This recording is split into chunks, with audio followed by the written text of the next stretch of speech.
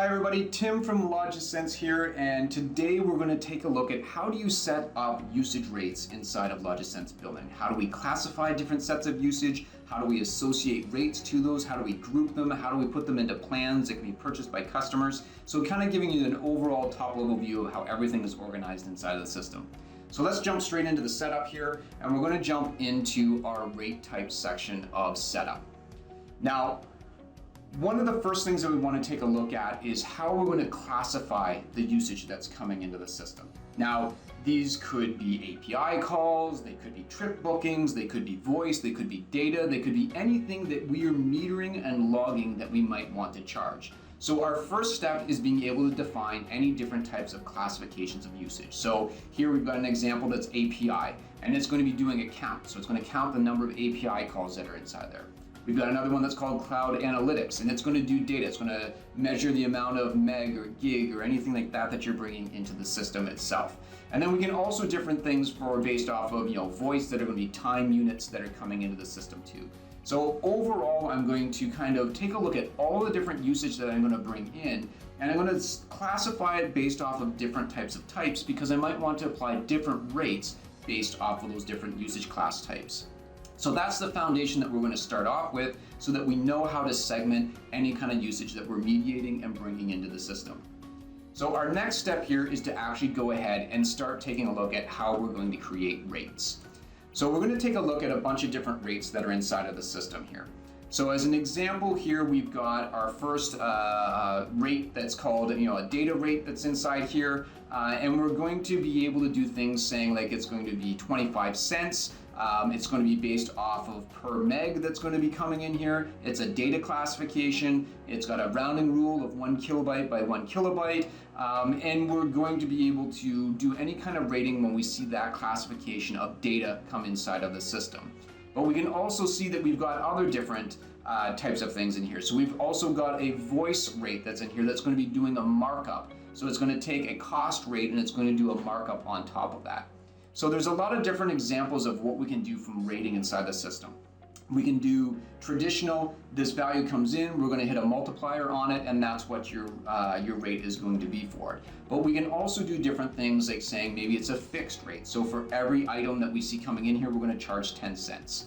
But we could also do other things like markup. So maybe I'm going to take my cost for this rate and I'm going to do a rated markup. So 10 cents per meg above my cost. I could do just a straight markup, so I'm going to do a 50% markup on my cost rates. Or maybe I'm going to do a fixed markup as well. So here's my cost, I'm going to charge 1 penny on top of that cost rate as well. So I've got multiple different ways that I can set up my rates inside of the system. So I can do different things in here as well. So I can make these things be based off of location. So in one of the other different videos, we took a look at location groups and being able to specify those as well.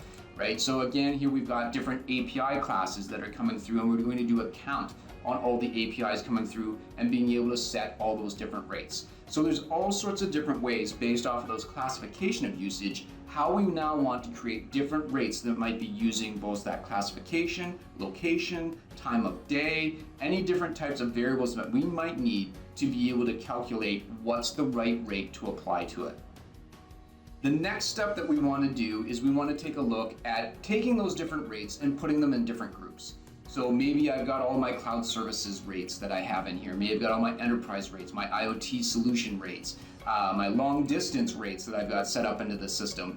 I can really segment and slice and dice these however I want. Maybe I've got a set of customer specific rates that I have that I've cloned off an existing set of rates, and I've made some adjustments for them as well inside of those different rate groups. So really allowing you to categorize and being able to segment up your rates into multiple different ways. Now the reason why we do that is because we might want to reuse these categories and put them together into variable different types of rate plans that we're going to assign to a product or to a customer. So that next step is really taking a look at rate plans. So these are the actual items that you're selling to your customer. So a lot of times these would be assigned by default to a set of products that you're going to be selling out there, but maybe on a contract basis or an account basis, you're going to do a customer specific set of rates and a rate plan that's been given to them, or you're going to give a VIP set of rates, or you've got standard rates versus enterprise rates versus premium partner rates, and each of these different sets, you're able to set together all the different groups that are part of it. So in the case here where we take a look at our enterprise plan, we've got a bunch of different rate groups that are inside here, and they're in a priority order. So what's going to happen is when we find that record that we need to rate, we're going to go from the top down, searching to find a rate that's going to match the one that's in the highest priority and keep falling through to the lowest priority. If it falls through all the way to the bottom and can't find a rate, then it gets moved into our exception process and into our exception table, where you're notified and being able to make sure that you're collecting any kind of revenue on any usage that's running through the system and that it's not lost. So that's a high level view of how each of the different pieces of the rating engine come together to be able to create rate plans that can be customized for customers, or specific rate plans that you're able to assign to different products in the system. So thanks a lot for joining, and we hope to see you in other videos in this series.